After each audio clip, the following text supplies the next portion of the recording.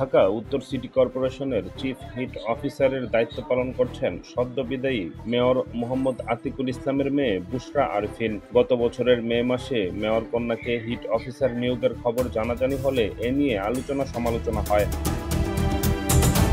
DNCC কর্তৃপক্ষ বলছে, বুশরা আরফিনকে নিয়োগ দিয়েছে যুক্তরাষ্ট্র ভিত্তিক Adrian আরশট Rockefeller foundation resilience centre এবং তিনি ফাউন্ডেশনের হয়েই কাজ করছেন। গত ৫ আগস্ট গণ অভ্যুত্থানে আওয়ামী লীগ সরকারের পতনের পর প্রকাশ্যে দেখা যায়নি মেয়র কন্যা বুশরাকে। চিফ হিট অফিসার হিসেবে তার কর্মকাণ্ড থমকে গেছে।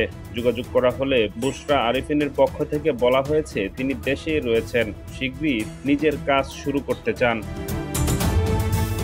সাবেক মেয়র আতিকুল ইসলামের অভিপ্রায় অনুসারী নিয়োগ পাওয়া সবার চাকরি বাতিল করেছে ডিএনসিসি। সংস্থাটির সচিব মোহাম্মদ মাসুদ আলম সিদ্দিক অফিস আদেশে উল্লেখ করেন, ঢাকা উত্তর সিটি কর্পোরেশনের সাবেক মেয়রের অভিপ্রায় অনুযায়ী স্থানীয় সরকার সিটি কর্পোরেশনের আইন ২০০৯ মোতাবেক নিয়োগকৃত সব উপদেষ্টা, পরামর্শক এবং কুক ও পিয়নের নিয়োগ ১৯ আগস্ট থেকে বাতিল করা হলো।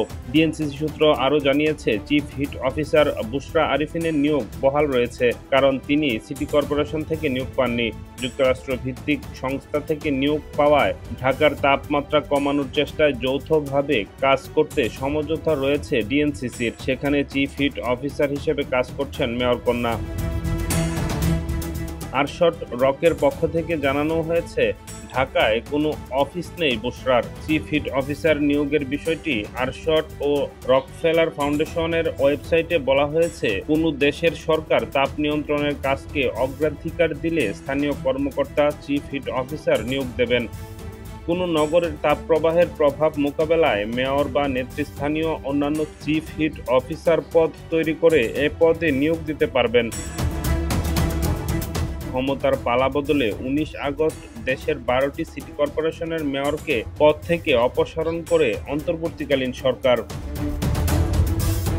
ডেস্ক রিপোর্ট, নতুন সময়।